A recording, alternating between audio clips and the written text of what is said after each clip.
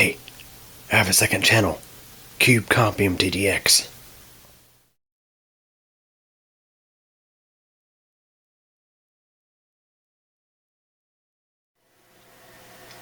Hey everybody.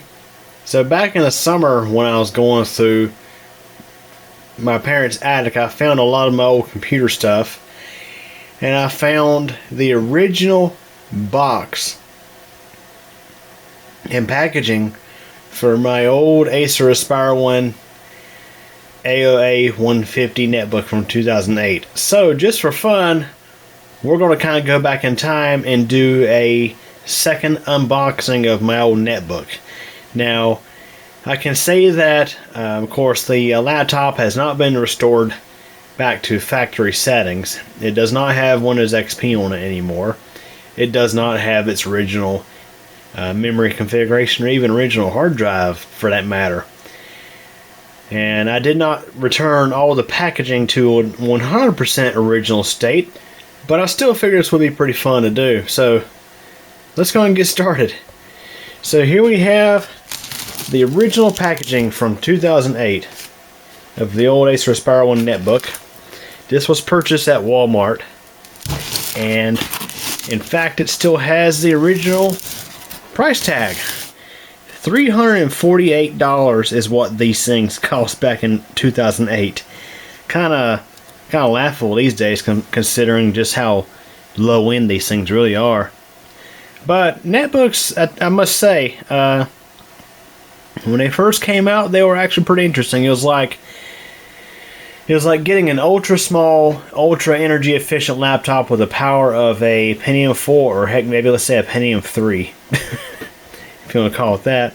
And just 1 gigabyte of RAM, a moderate sized hard drive. Some of them didn't even have a hard drive. I think some of those that didn't have a hard drive had Linux instead. Otherwise, for Windows, you got Windows XP.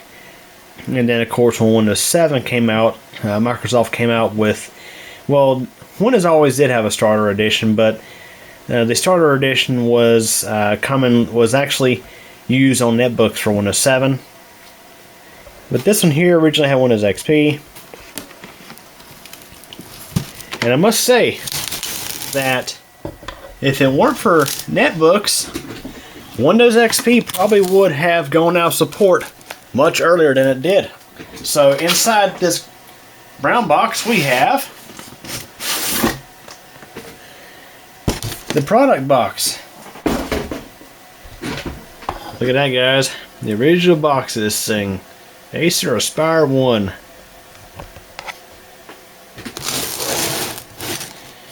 There's the original specs on the side. It originally had just a 120 gig hard drive. Yes, a hard disk drive, 5400 RPM drive, 1 gig of DDR2 memory, Intel Atom processor in 270, a measly 8.9 inch display, which I think the resolution on that is 1024 by no, it's 1280 by 800, something like that. Windows XP Home, 10100 LAN, wireless B/G, manufactured in 2008. That being said, let's go and have a look inside the box.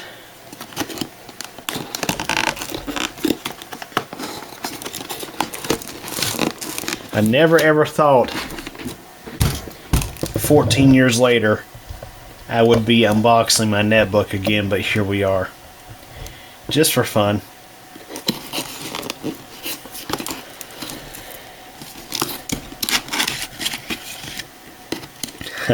One world, one connection.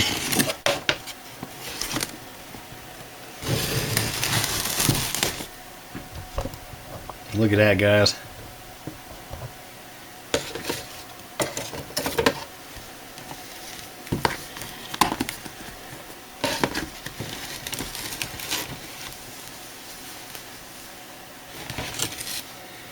And of course it ain't the cleanest. It's definitely got its fair share of cosmetic wear.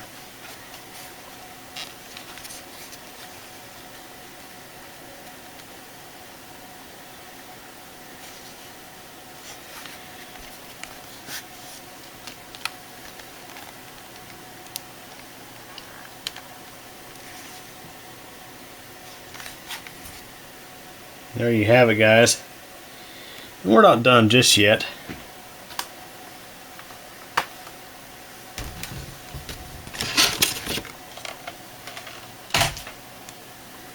We got our AC adapter, which I'm not even sure if this is the one that came with this netbook, because I actually have two of these netbooks. One's a little newer. We also have some documentation in here, including this passport, 1-year limited warranty, international traveler's warranty.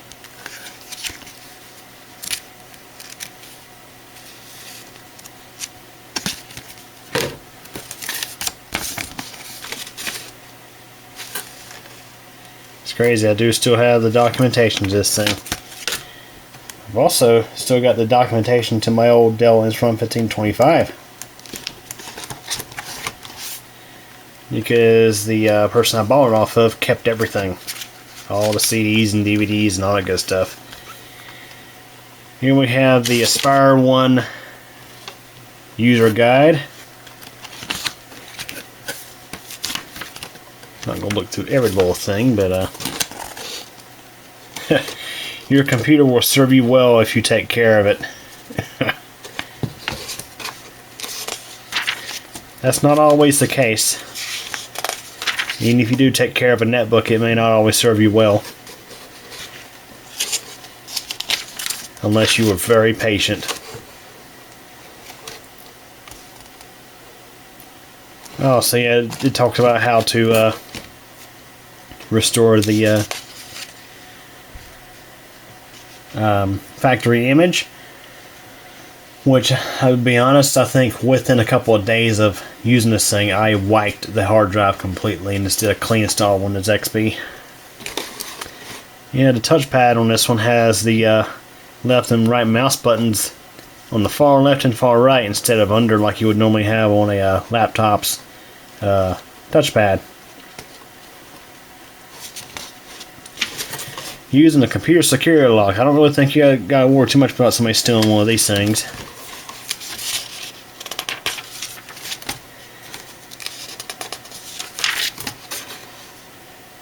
And it's funny how these netbooks, regardless of market, you know, what country, they have, if I can find it, this one has a euro symbol in addition to the US dollar, or the Canadian dollar. I think they're the same.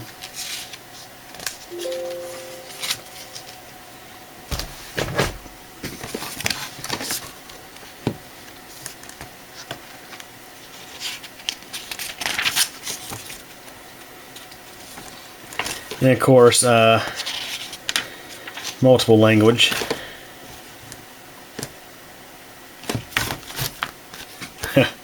One world, one connection. Got the warranty, which you can best bet I had voided probably within the year of owning this thing, because I think I did put a bigger hard disk drive in the thing and increase the memory. I got this quick guide, Aspire One Series quick guide.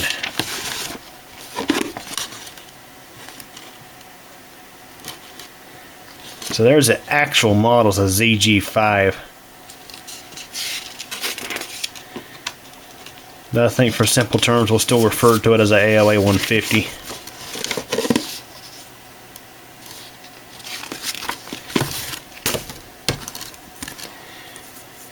Activate your free 60-day trial of Microsoft Office.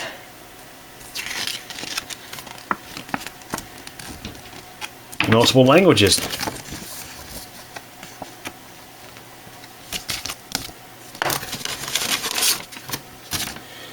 So I think that's about it. Crazy to think I still have the documentation to this thing all these years later.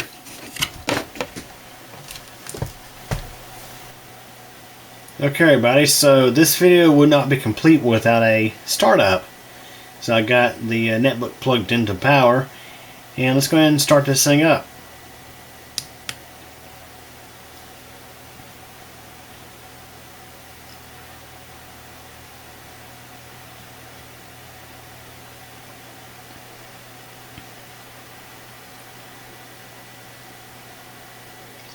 Currently has Windows Vista on it,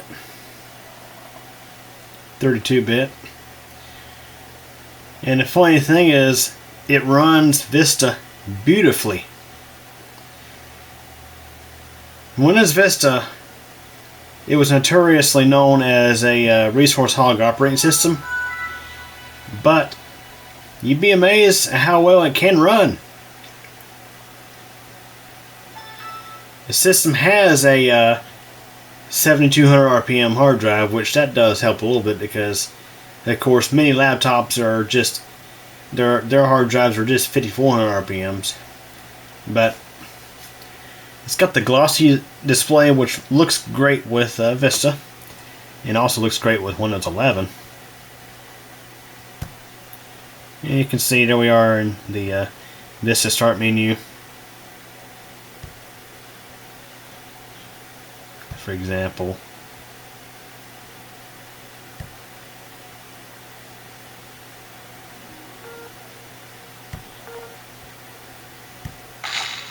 that didn't last long.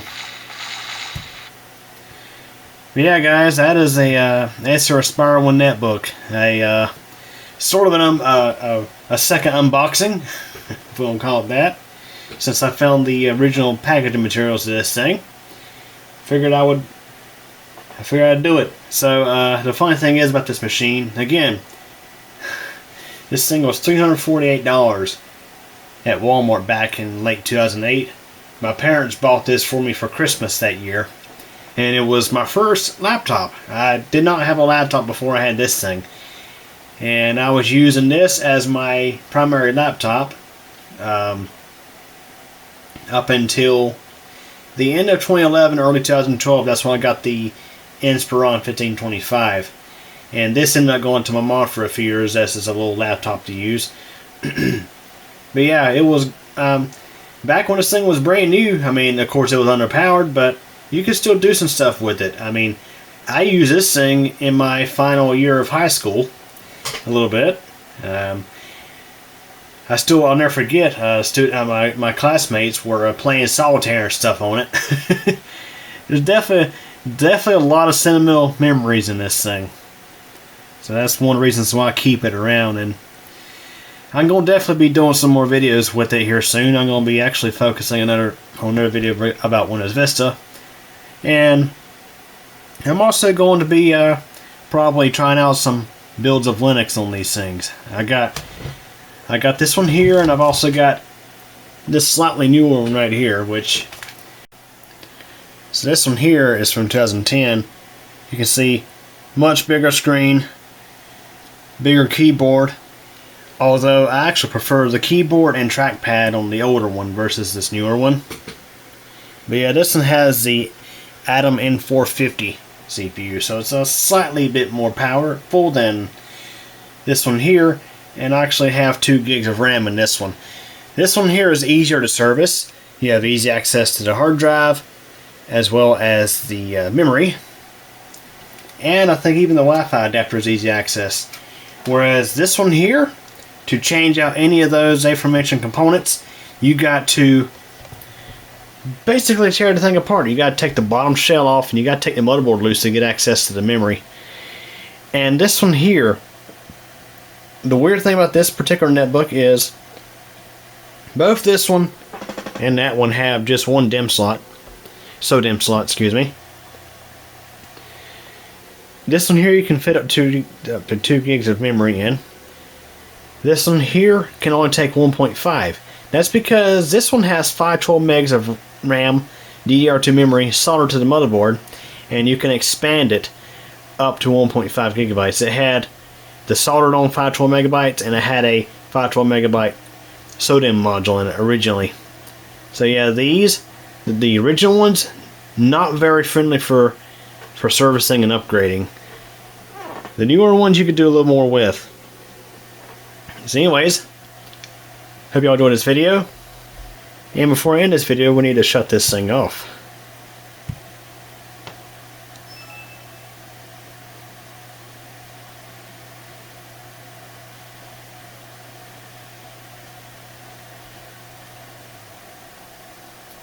Thanks for watching.